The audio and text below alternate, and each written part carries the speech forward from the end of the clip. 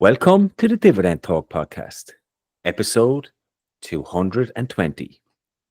Earnings Roundup, week number 3.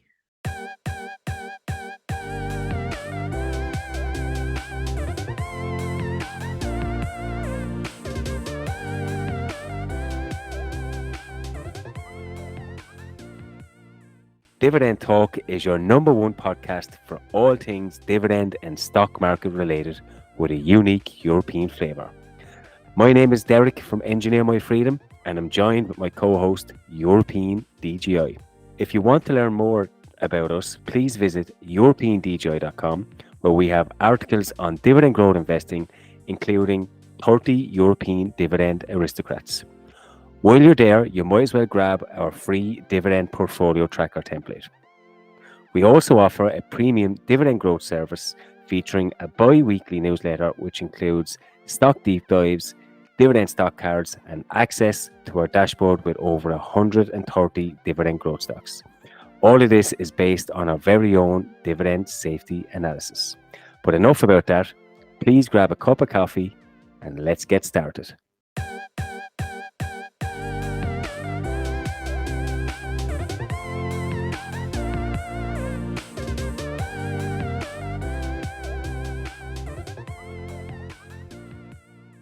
Hey, European DJI. Are you bored of earnings yet? This is our third week in a row.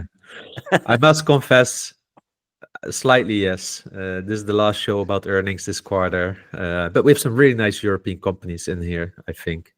And also some great questions from our listeners that are a bit related to it. So very much looking forward to it. But I'm also looking forward to having a guest on again. So let's make sure that happens. We have one in the pipeline. I will reach out to him this weekend.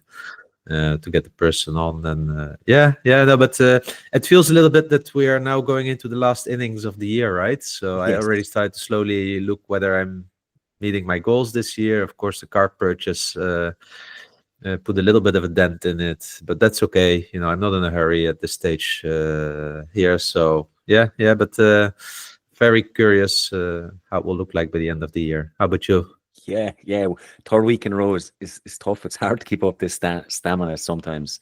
But I have to say, maybe we would have done a different topic, but we've got some nice European companies that we have to talk about. Yeah, and then you know how it goes, right? This is earnings this week, and we have the podcast, but we have also newsletters. So I'm wrapping up my article about BP and the British Petroleum, right? But also I did a full analysis of the oil majors that I also kind of still need to put in. So I think there's a lot of content being created this week, which is stretching during these days, but we'll get there. And then on Monday, I can brief a little bit again. It will be Independence Day in Poland, so I aim to have a really nice day out on Monday. Oh, nice. Is that like a bank holiday or a holiday? Yeah, it's a bank holiday. Nice. Well, enjoy your well-deserved time off. But before that, we've got some important things to do. And I want to ask you about that because Tuesday was a really important day. Yeah, and yes. and you know there was quite a contest going on, I would say, that kept whole the world busy. So I just wanted to ask you, like, in the end, how do you feel about the Liverpool win? Yeah, I mean, everybody's watching. Nobody expected it, and we came out on top. Make Liverpool great again. Mala. Yeah, Tuesday was fun. I seen you put up some fun stuff on Twitter about that too. It was quite but so what do you think? Do we need to speak about this US election? Because the stock market responded very positively after that, right? Yeah, but I remember every time there's an election, there's always like this chart that goes out, and it's like Democrats, no matter the president, and the price just goes up. I mean, look, from a European perspective, I try and stay away from all noise. I find it just very, very strange the way it all goes on. It's almost like a reality TV show at times. Yes. So it's hard to understand. But look, Trump got in there. He was in there before. Everyone knows kind of what to expect from him. And the same fears that were there before are still there now. But I mean, life goes on. The world will go on, and let's exactly. So more important stuff then. We were talking about ADM, Archer, Daniels, Midland, or something like that, right? We wrote also in the newsletter at the time about the impact of the the accounting scandal that they had ongoing somewhere in Latin America. And now, which is really interesting, they released their numbers, but then they called off the webcast because there's a confusion about the reliability of the accounting. What do you make of this? And I think they had this epic movie already with Matt Damon, right, from the early 2000s about their accounting scandal. Then earlier this year, now they are calling off the investor webcast. We already called this other one a big red flag because then the price dropped and we said like, no, I'm not touching when there's accounting fraud involved. And it looked like contained. The CEO was really, painting the grass nice green. Yeah, we just have a single bad actor here, and what do I you mean, think of this? I find it very, very amateurish from a big company like this to have something like this going. I mean, it's not like it was something new. They knew a couple of months ago that there was issues around this, and having to go all the way to releasing when you're going to have your webcast and having to call that off, and then coming out and saying that you have to work diligent with the SEC and so on. I just find it very, very concerning. I mean, if you look at the numbers, can you even trust what you see on the page? They reported huge losses compared to this time last year. Yeah. But we don't know as investors are them figures right or wrong or what is it? So for me it's hard to trust. Hard to trust management. Do they know what's going on? It's hard to trust their accountancy. Do they know what's going on? I mean, it's just one big farce. This is the same with Supermicro computer, because Ernst & Young resigned there as an auditor, and they don't want to either undersign the quarterly earnings. I mean, we have seen that there is a weaker environment going on. May it also be that when you see those accounting issues coming up, that these are the first cracks somewhere in the economy, because we see that often, right? When there's like we saw with the Great Financial Crisis, we saw with the Enron scandal. At a certain moment, cracks are starting to come, right? So I don't think it's with ADM maybe, but it's very interesting to observe this right now, that there's a second big company that has issues here. Yeah, I mean, and then having write-downs of 500 million, that's 10x up on last quarter. It's just, I mean, I don't know how you can invest in something like this when you have no trust. I mean, I know that are they a dividend king or close to it, or they have a long history anyway. But for me, as soon as you see anything with accountancy fraud, it's a big red flag. And I think we spoke about it on the podcast. We touched on it on the newsletter. I'm staying away from that. I don't see this as an opportunity because there's more risk than there is. There are many more stocks in the stock market. So why would you jump on this one? Only because we're price anchored and it drops by 10-15% and it looks like value. For me, this is the classical example of a potential value trap. The risk doesn't justify the reward here. So you may be right. Maybe the investors jump into it now and they feel like, this is like concealed, contained, it's just, not a big issue. They will move on. You may be right, but the risk associated to it, to you being wrong, I really don't think it's worth, at least not my money. I think it's crazy. I just checked. It was back in January when they announced the accountancy fraud. So they had a whole 11 months to work through this. So, I mean, the share price is back to where it dropped initially back at that time. I suppose if you invested back then and it popped up, nearly 20%, you were probably thinking you were justified. But I wonder how you feel now. What is your conviction? And I'd love to hear that from people.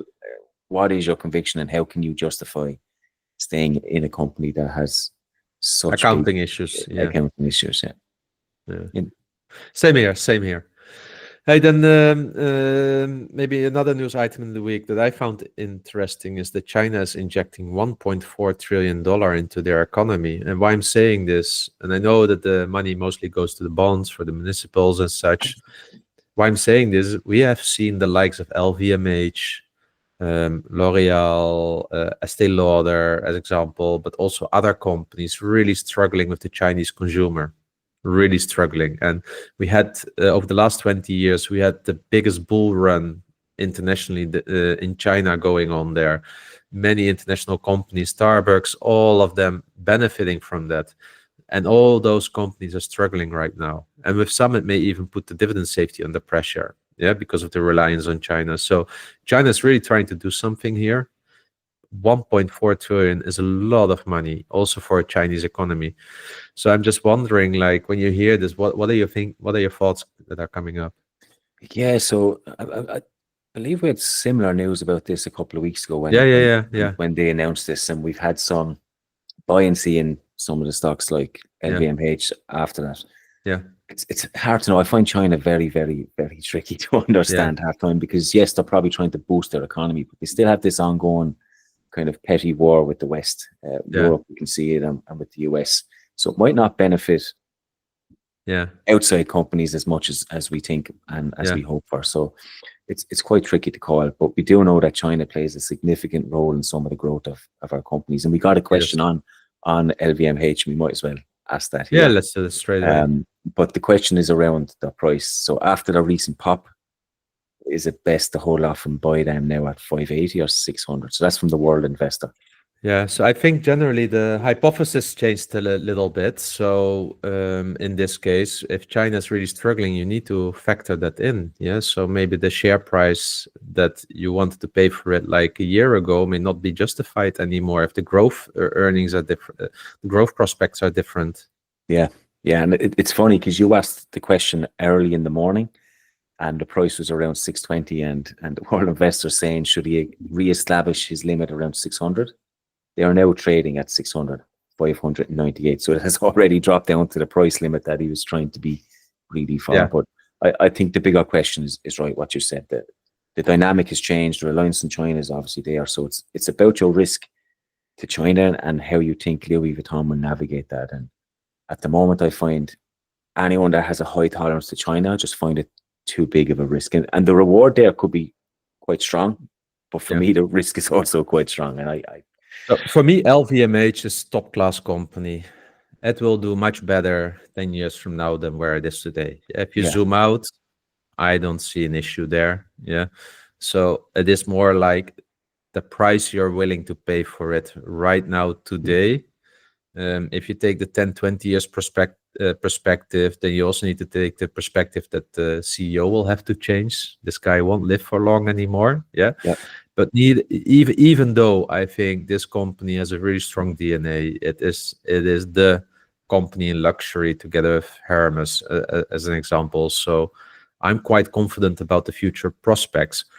But the impact of China on the earnings and the share of earnings may just need to naturally decline by Europe, which is growing quite well right there as well. So LVMH is actually doing quite well from that perspective, but Europe and the US need to be more dominant in their earnings profile. yeah. It's like if you have the conviction to buy them, you need to shut your eyes off to the news and forget about China for the. Yeah, for I the think so. I think so. Yeah. And I also don't see a reason why China won't be better off 10 years from now than where it is today. Yeah, Yeah, we are just not living there. So we also have our recessions here. Yeah. And this is a young economy, a growing economy. It's normal that things happen there. But there's also a different economy, a planning economy. We're not used to that here. That's why yeah. it's sometimes on the too hard pile for us to really understand the Chinese growth prospects. Nice. Yes, lots of news this week, but we have a couple of big dividend announcements. And the first one was our favorite strap-on or snap-on, as they're known, SNA, and they had a nice 15% dividend hike, which is pretty awesome actually from a company. I think we've missed the boat on that one, I must say, with in terms of share price and valuation. If we had listened to our listeners when they were first given to us, we may have seen an opportunity, but 15% is quite good. And then ADP had a 10% rise. So what do you make of those? ADP is now a dividend king. Yes. I mean, I'm very much impressed by that company. So I like their business, but it always feels too expensive. The yield therefore is always low. And yeah, it's a good grower, and Snap-on as well. I mean, if you think about the industry that they are in, to be able to perform so well, if I remember correctly, also compared to Black & Decker and Illinois Steelworks, they have the best balance sheet as well. So yeah, that's probably one of the reasons here. Yeah, no, great hikes, and I hope on more hikes to come, like that, but more for companies that I'm owning at the moment. Yeah. Okay, Ahold Hazy. Let's start with at those for earnings. I know they got some not so positive news over the last few months. Even got a sell rating from some analysts. So, what are your Yeah, take? UBS was giving it a salaries, Yeah. and actually, if you read the report right from UBS, there makes a lot of sense in the sense of like margin will be under pressure. What about the US growth and such? So that put the price quite a bit down at the time, like almost -7% on a day or something like that. But then after earnings, the price hiked and the share price went up by, I don't know, the same amount again. So it's back where it was. And when I read that UBS report, you have those people that always sound smart because they look into every little detail and this and they have all these assumptions, but you can always turn this very easy into a bear story or into a positive story. It really often depends on with what lens you look at to a company. Are you in good mood or in bad mood? Yeah, that's why I'm really a fan of the Pareto rule when looking at these companies. You don't need to think about all these little things like how will this shop do it in that region in the US and what with the flooding. These are not long-term issues to a company. They may be short-term headwinds and it helps traders, but my whole issue with such reports is that those UBS analysts, they sound really smart. They put in a price target of 27. Maybe we also have a fair value price of 27 or 28. This may be, but should you then sell now? Yeah, because that was what they say, sell it. Yeah, that means like as an analyst community, you're really stimulating the behavior of trading. Yeah, selling in and selling out of a stock. And we all know that if you look like historically and statistically, that actually holding your companies through rough times and good times is actually the leading you to outperformance if you want to outperform, right? So this is the issue that I have with it. So taking that into consideration and flooding somewhere in America where a shop may have been closed, yeah, the let's say sales generally year to date is up by 1%. Yeah, so that's probably good to know. Europe is mainly leading this here. There was a slight decline in year over year in the US. Operating income is up so far by 0.2% year over year. But if you look at it there again, Europe is really pushing it with 9.3%. Fair to be said, I would say that 60-70% of the operating income comes from the US. If we look at free cash flow, there it's a bit down, 7%. But then if you start looking at free cash flow, please remember that year over year, we last year had this Belgium tax impact positively of about 300 million. Yeah. Yeah, or almost 400 million, which is not now in the numbers. So if you would take that out, it actually looks quite well. Yeah, the year over year cash flow growth, and they've been returning from there a little bit. So just what you need to take into account, like US is a bit flattish, like the UBS analysts probably predicted, and Europe is really pulling it up. And that's the nice thing about having not just a European exposure, but also a US exposure. It really nicely balances out. And that's really what this whole earnings report is about. For instance, US 4.2 operating margin. The company aims for a 4% margin by the end of the year. And I think long term, they want to even grow it to higher. In Europe, 3.9. So there, the US is doing a bit better again. And we know that the US contributes more income to the company. So all in all, outlook remains the same. They announced a 1 billion share buyback again. I want everyone to know that they have been so much buying back shares. They are under the 1 billion right now. And I think this is also important to know because they bought Delhaize, was it in 2016? Yeah, Yes. 2016. At that time, they went from 2015, they had 806 million of outstanding shares, all the way to 1.3 billion. And since 2017, when it was 1.3 billion, they've been buying back shares, and they are now at 9.36. Again, they reduced year over year the shares with 3.3%. So this company is cannibalizing its shares really, really well. The debt to equity ratio has been very stable over the last year since then. So all I can say is like that this acquisition has been very, very useful. The share buybacks have been done very well also at current prices. It's still doing that really well. So that's the beauty for me of Ahold Delhaize. These quarters, stay zoomed out, just see if like they are kind of like ticking the box. Don't expect a lot of growth with a company like Ahold. This will not be your 10% growth per year in bottom line earnings. But if you take the dividend of 3 to 4% plus a share buyback yield of 3%, you have 7.8% already, whether the company grows or not. And this is how I think you should look at Ahold. It provides that stability in your portfolio. Dividend is well covered, 1.11, I think, and we are now already at a diluted EPS of 1.48. So the dividend has already been paid back after 3 quarters, and the big quarter is upcoming with the holiday season. So here we are. That's what I make of these earnings. So I'm guessing you're not selling then. No, this is for me a stock that you should own, not trade based on some analyst saying something. I mean, this is also not the best company in Europe that we have or something like that. Yeah, don't get me wrong. I talk a lot about it because the stability of things. Yeah, and that's what I like so much about this company.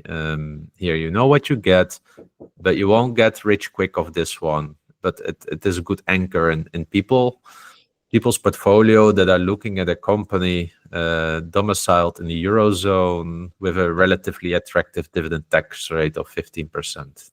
Yeah. Nice. Yeah, I agree. So following on from Ahold Delhaize, a similar company in that sense is Glanbia. Don't speak about them a lot on the show. I wrote a deep dive about them, as you know, and actually, if you go way back, it was one of the first companies I bought in my portfolio, not because it was an outstanding dividend payer, but because they were Irish. I thought I knew about them at the time. Turns out that they transformed completely from what I knew, and they actually did pay quite a decent dividend. Just a little bit of a background on, they're a company that were born and bred in my hometown. So you've been here. But a collection of farmers within Waterford and Kilkenny got together and created Glanbia, and we used to deliver milk, cheese, and that's how I knew the company. And growing up, we'd always see the milk bottles outside houses and so on. Thankfully, since then, they've grown quite a bit. So they still have the cheese business, they still have the dairy business, but their main focus is on performance nutrition. High proteins, right? I see them everywhere, those bars. Proteins. I will check next time if they are from Glanbia, because I should be able to see it on the back side of the package, right? Yes, and it'll say Optimum Nutrition, I think, is the company that own them, and it might say Glanbia on them. Okay, I will check, because they are taking so much shelf space in the local Lidl here, everywhere. Yeah, they have them in Lidl here, Aldi's. They have yogurts, they have everything. Anything with high protein, they have them. It's crazy. So it's a big part of their portfolio, but the majority of their business is now in the US as opposed to Ireland, which is why I'm kind of thinking they might follow a similar road to what CRH did and actually move to that market. Because they will see, I think, substantial growth if they do that. They filter between top 10 and 11 in the world in this, so they always go in between top 10, these top 10 lists, which is nice to have. It's not like anything important, but it's sometimes when you Google top 10 nutrition companies and Glanbia is there, it's nice for them. Nice. But that's good to know.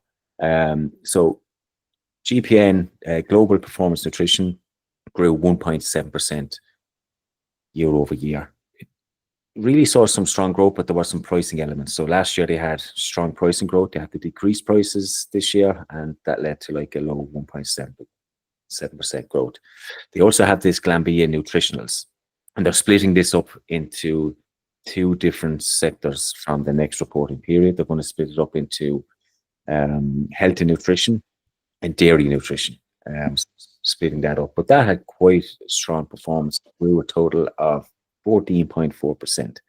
7.2% of that came from acquisitions that they made over the last year, which increased some of the debt on their balance sheet, but it's not to a level that's detrimental to them.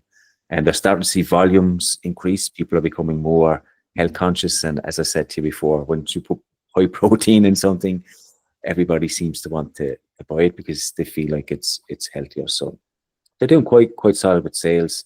America is their main growth driver, and they announced 100 million share buyback and bought back 88 million to date. And they have a solid dividend history. I can't remember off the top of my head what it was, but you're looking at 8-9% growth year on year on average over the last 5 years as well. So look, overall, it's been kind of a solid year for them. Pricing has impacted them a little bit, so they had to reduce their prices. But their nutritionals with 10% growth has been really strong. And as you said, Optimum Nutrition is everywhere. I think it's $1 billion brand. Wow. It's that big. They've grown it to $1 billion, and it just seems to be growing and growing and growing. So the strong tailwinds, that's what you're saying. Strong tailwinds. And what's so funny is they used to, so how they make the protein is from the waste of when they're making cheese. Yeah. Back not too long ago, actually, they used to pay farmers in Ireland to take this, and the farmers in Ireland use this to feed their cattle, their chickens, whatever. Yeah. And now they're using that and created $1 billion business out of it. It's wow. Mind-blowing. Yeah, their dividend policy is to pay out 25 to 35% from earnings, right? And there currently spots a dividend yield of 2.35%, which is typically a bit on the low side for me, but it's definitely one that I will be looking. Zooming at too. I spoke with Mike, who we had on the show before, and I'm kind of price anchored with these guys. I like them around €12, even though my valuation has them kind of undervalued. I like them at €12. It gives me a nice dividend yield plus dividend growth. Nice. Good. Hey, then let's go to another one. Maybe I don't know if they have proteins, but I think there's a lot to talk about Hershey. I mean, we won't do it a lot today, but just in general, we got two questions. One from Erik Made. He's saying Hershey is not looking so sweet at the moment. Still a great company, in my opinion. What are your thoughts? And then Joris, one of our premium subscribers, also asked, like, your take on Hershey and their latest earnings. Is the dividend still safe? Now, let's answer that question. Yes, the dividend is still safe. The dividend is covered by the earnings, so I don't worry there. But I do feel that the company is having some headwinds. So, what is always interesting, right? We read a lot of earnings reports over the years, right? And what the company says in the very first sentence, when there comes the CEO remark, it says, we believe in the resilience of our snacking categories and the strength of our brands. When you read that, already, like, there's coming a lot of shit in this report. And so effectively what they have done, they decreased their guidance. So their reported sales growth was supposed to be 2%, which they now say will be flat, and their earnings per share growth was supposed to be -3% to -1%, which is now -9% to -6%. So if you see that, then no wonder that all those analysts are adjusting the share price, which in my opinion is really nice, because it now gives a 3.2% dividend yield. And this is a dividend yield I think we haven't seen for a very, very, very long time. Yeah. But then also what they say is, like, we are laser focused on controlling what we can. Oh no.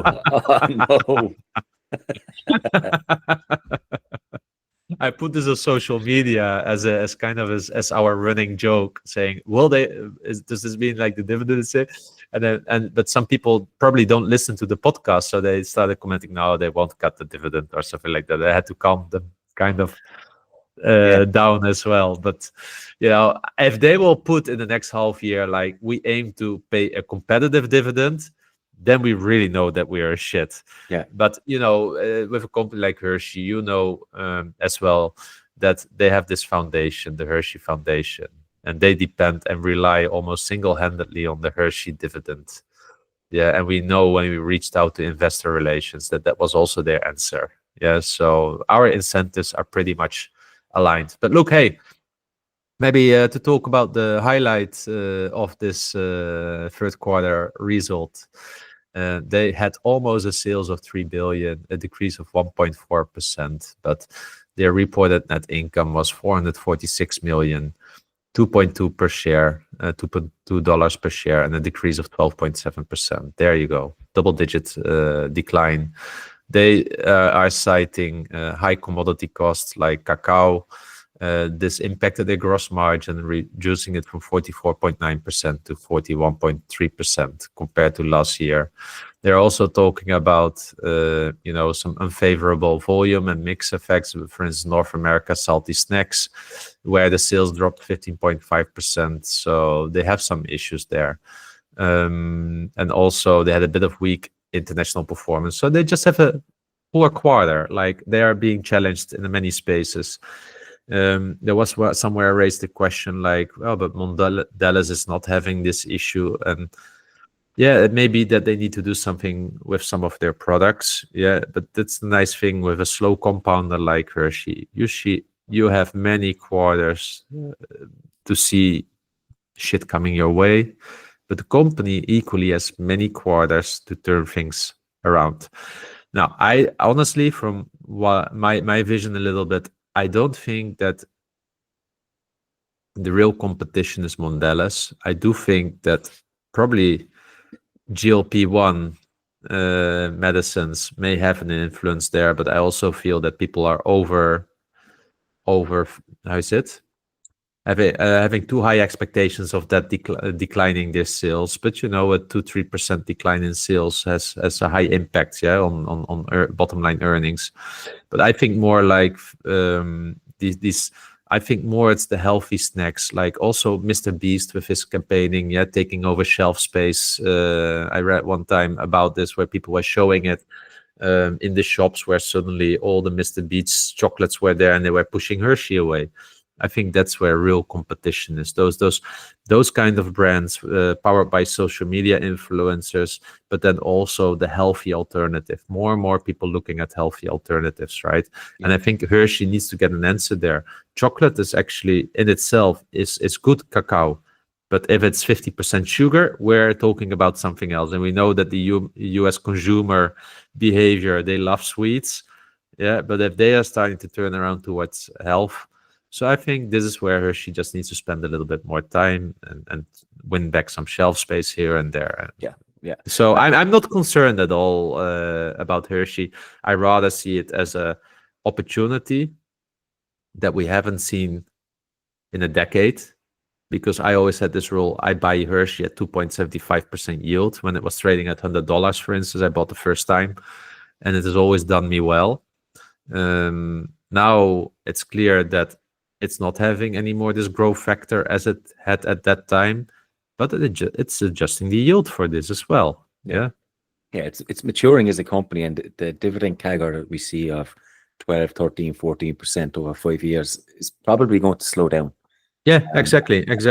But it's not going to slow down. I think that what we see with the other companies that suddenly are hiking by 1%. Yeah, that's what we have seen with a few of those other companies. Yeah, and I don't expect that here. And the key here is the Hershey Foundation. That's the key, because their values are what they expect aligns with what we expect as dividend investors. And what is important here is not that the company just hikes the dividend then at the cost of everything. No, it will put pressure on management to really focus on the fundamental performance of the company.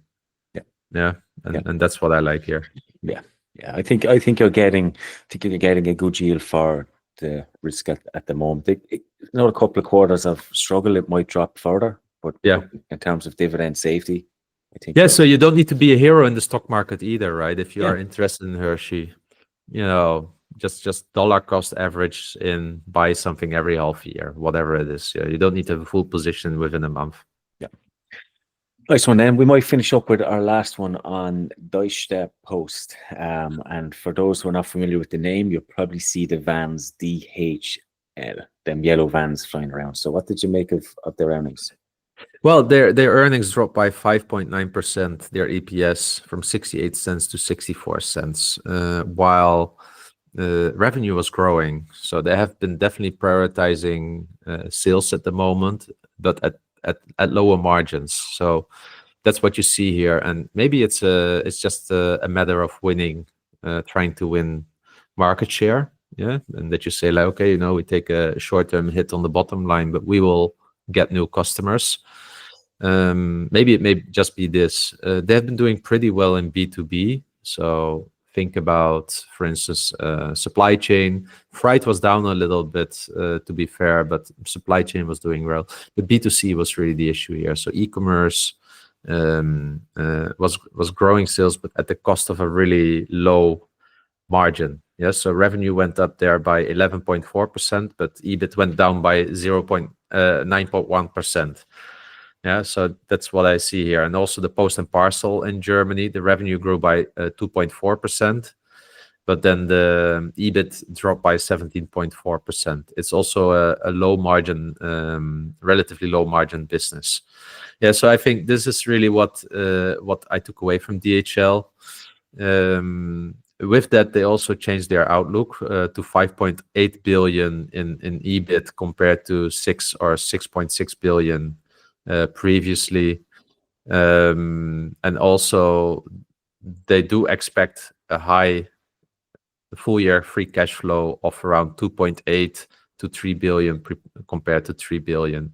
So I haven't done a deep analysis on this. I put it on our backlog for doing a deep dive for one of the upcoming newsletters, because I think it gives a really nice dividend yield. I know that some of our German friends are having this in their portfolios, and it looks very interesting to me. So I want to do a deep dive on this, really trying to understand, like, how is this company making its money? Should we even be worried about B2C, or is it all about B2B? These kinds of questions I really want to answer, because from there, yeah, it could be very interesting when you think about the passive income that you can generate from this. Yeah.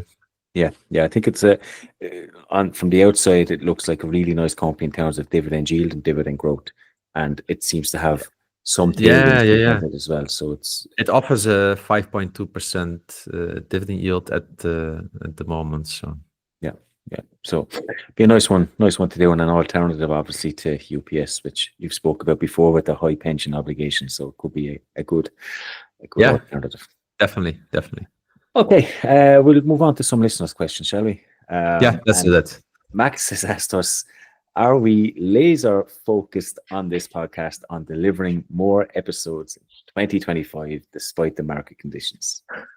I think it will be exactly the same, because we try to do it weekly. Yeah, and I know we have skipped 1 or 2 episodes maybe over the last 1-2 years. I hope we will do that less, but we are not laser focused. We're just very passionate and committed. Remember, why we often get this question, why we do that, right? But I would say we would have given up already after 4 years, and not just the hype of COVID that we had nothing to do. We would have given up if we weren't truly fundamentally having the purpose of helping our fellow citizens in Europe, taking matters into their own hands. And if you want to do that, how do you do that? We give an alternative, one of the many, which is dividend investing, dividend growth investing. If we wouldn't be passionate about that, if we wouldn't have that kind of drive, we wouldn't do 225 episodes. So the podcast is just a vehicle towards that. It is easier for us to do it virtually. Yeah, otherwise we probably stand on market squares in the cities talking about this. Yeah. Yeah. Yeah. Max, if we start talking about competitive episodes, be worried. Yeah, exactly. A cut might be coming. Yeah. Yeah. Yeah. Moyek has asked us about Robert Kennedy Jr. So he's supposed to have a role overseeing or advising the healthcare policy in this new Trump administration. Ian Lopok has a nice video on it, but have you any thoughts about it? I've not seen the video yet, but I often watch his videos. Really simple. I do think that this may impact the healthcare industry. He wants to make Americans healthy again. Well, you know what we benefit from in our portfolio, the Novo Nordisk shareholders of the world. I don't think it will have an immediate impact, but those policies can have a long-term impact, which I hope will be good. Yeah, there, because a healthier society leads to a healthier economy, which leads to a more thriving stock market or more healthy stock market. That's my fundamental belief. But yeah, there can be some issues with some holdings if they are really able to game the system now. So, for instance, maybe some healthcare stocks, maybe they won't allow any more certain FDA approvals if it's not really clear what the benefits are to it, right? Maybe they will try to stop a little bit the lobbying, because I think why people may be scared is because people like Robert Kennedy and such, they are individual thinkers. They are not influenced that much by companies. Yeah, and so can you own him by your funding as a company? Probably not. Yeah. Yeah. Yeah. But again, if you zoom out, there are always 10 reasons to sell a share. Yeah. But there's only one reason to keep it, and that's having your conviction. So. Yeah. Dividend Controller has asked us about our holdings. If the market was closed for 5 years, would you be content with your holdings, or is there any company you wouldn't dare to hold over such a period? I always love this question because it really makes you think about the quality of your portfolio. I would say my top 5 to top 10, yes, I feel comfortable about that. But I have such kind of auxiliary holdings that are like maybe 0.5% of my portfolio where I've been trying out a little bit. Maybe not. Yeah. I think we may have a question as well about that one, so we can ask it straight away from Batiold. He asked, what do you think of Viatris management executing their debt pay down? How do you see Viatris in the future? So I wouldn't feel comfortable holding Viatris for 5 years without the ability to sell it. Yeah, so it clearly shows that I have a pretty weak conviction there. I'm kind of in this wait and see mode because it's now just a gamble on management. Management is doing seemingly well with the debt pay down. But I am unclear about their future healthcare portfolio. That's where I'm in the dark, and that makes me feel a little bit uncomfortable. So I'm really into this wait mode. But at the first moment that I feel like, okay, it's not going well, I will probably sell them. Yeah. Yeah. I agree. I think my top positions I'm quite comfortable with. There's some investment trusts in there, part of my high yielding side of my portfolio, like biopharma credit. Maybe not so much 5 years, because it's hard to know if they'll survive 5 years. They have wind down provisions and management obviously look after them. So, but I think in terms of top 5, top 10, I'm quite comfortable with that. I sold Viatris, by the way, a long time ago. But I like what management are doing in terms of their debt execution. I remember when I was looking at them, they were quite aggressive in that. They held the dividend steady, if I remember, the last time. But I think clearing the debt is important for a company like Viatris, well above dividend growth, because that balance sheet was too fragile, in my opinion. Just a guy at LVMH. Lithium seems to be at the bottom. Are you looking into any cyclical stocks like Rio Tinto? No, at the moment not. No, I'm the same. I'm not. I don't keep track of lithium, so I don't know what. It's for me too far into the niche. Yeah, I'm. It's too far into this. I'm not so I understand where the question comes from him, because this is like playing on some potential secular growth trends. Yeah, here, and I'm not using that such kind of investment style. I rather look at first of the dividend growth potential and everything, and with this I look at secular growth trends, but I don't take the other angle. Yeah, but you can see why lithium is important. The talks of EV and Of renewable course, energy of course. and so on. But I remember when, during my days in college, and we had a professor who studies renewable energy, but it was actually batteries was her main topic, and Mm. she was very, very against lithium. At the time, you couldn't recycle it. I've now been told that we can, but I think vanadium, I think, is a battery type. It's like this liquid that you can positively charge and discharge. Was meant to be the next best thing. I don't know. I'm not in that sector as much, but it's just an alternative. But I agree with you. Lithium is very, very niche, and if it's at the bottom, certainly it seems like a good time to buy. But I'm not looking in that niche. Hussein has asked us, if you were to start to live in the US today, would you replace a big portion of your individual stocks with ETFs? Yes, I would probably have an anchor in the SCHD ETF. Not that I'm so attracted by it today, but last year I would have been just dollar cost averaging. And when I say it, I will probably make it 25% to 50% of my portfolio, because I really support the way that the SCHD looks at it. So what they do is every half a year, they look at certain valuation criteria and fundamental criteria, and based on that, they take the highest yielding as with the highest score in their portfolio. Personally, I don't want to trade in and trade out with my holdings all the time, but SCHD can do this also at a tax advantage manner.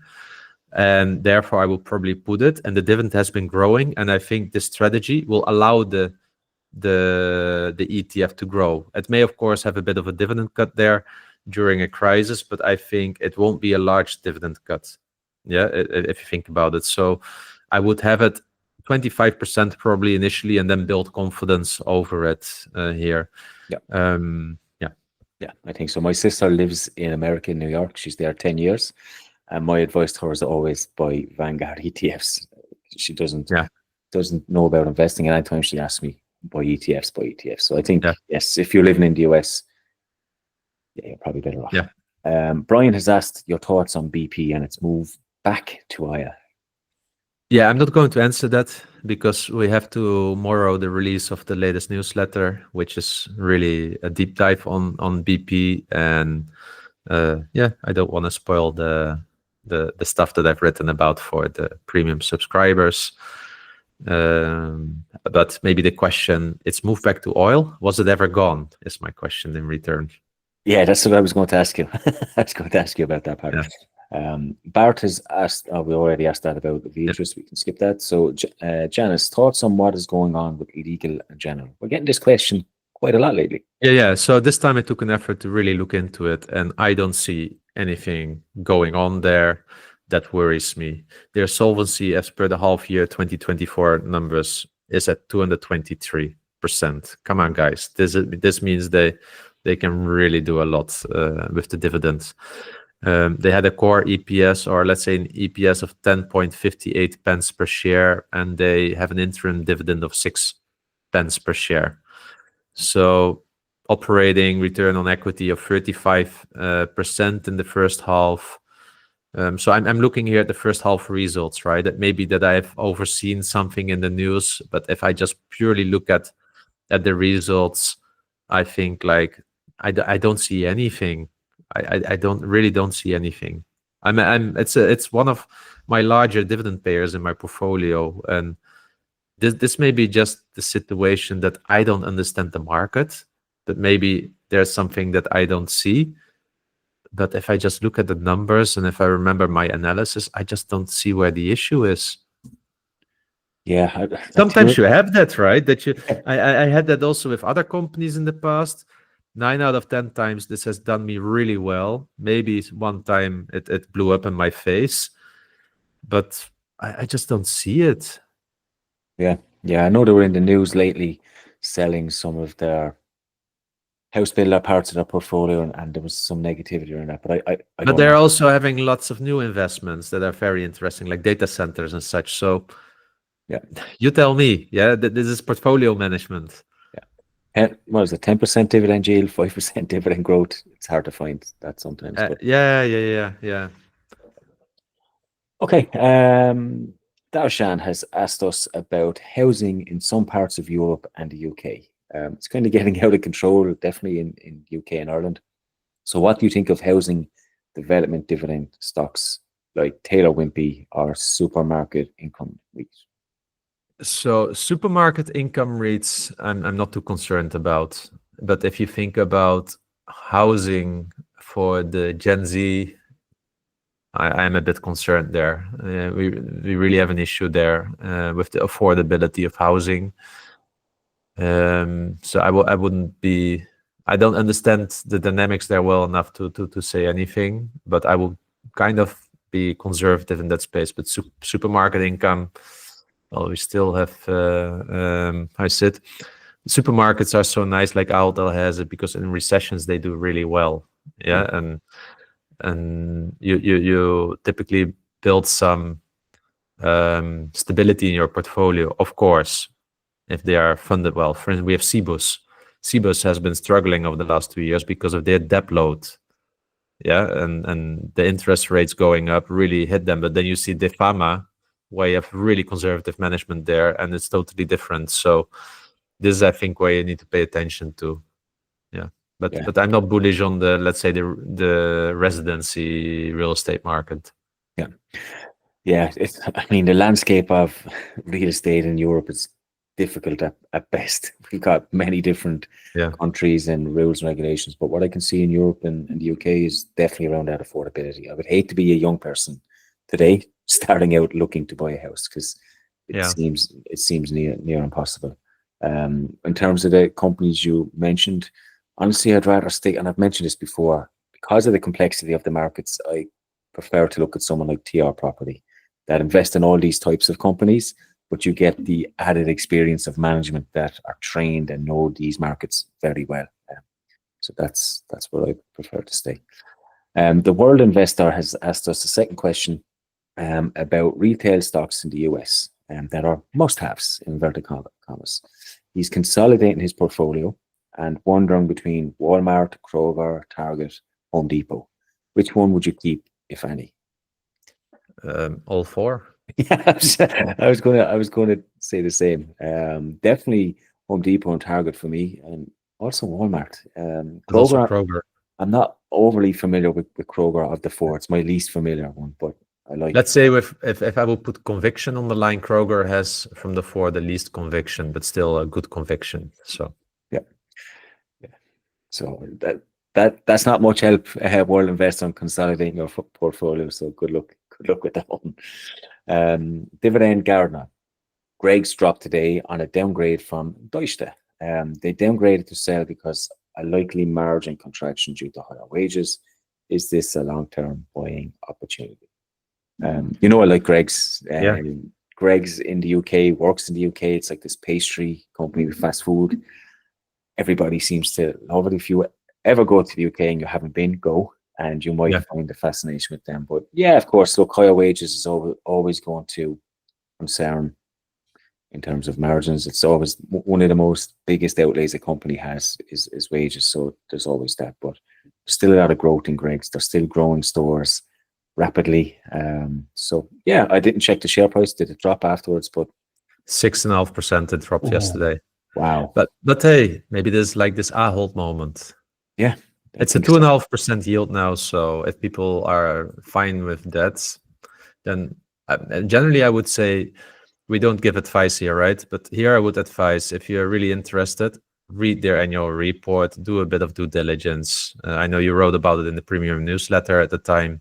Yeah. So, yeah. They look like they have strong growth ahead. Yeah. Thomas has asked us, have we ever considered or evaluated companies like Enbridge, Kinder Morgan, or Enterprise? Yes, I did. And I actually owned Kinder Morgan, and the CEO, Mr. Morgan, was telling us all, I think back in 2016, like, the dividend's safe. We have this toll gate model. But that only works if oil is actually going through the pipes, and then he cut the dividend afterwards. So he is on my don't trust ever again bucket. list. Yeah. Yeah. And then the last question of the day goes to the cycling investor. And I hope you're listening to this while cycling. But there's been a lot of noise in Sweden, in particular, that online brokers have prevented investors from investing in certain BDCs like Main Street Capital. So it's now classified as a closed-end fund. He's curious to see if we have seen of this in the Netherlands, Poland, or Ireland. No, I checked yesterday, so I saw this question come in yesterday, and I checked, and I could still buy BDCs. But Europe, we like to regulate, and it's an absolute pain in the backside for us investors. I mean, why stop us from investing in these? I give you still a last question because I saw one coming in from Richard Falcon, and he asked particularly about you on your opinion on DCC as an Irish company. Currently, yield is 4% with very consistent dividend growth. Yeah, and you know what? I think you have more conviction on DCC. You've looked into them a lot more than I have. They are solid dividend paying company in Ireland. Said yield is 4%.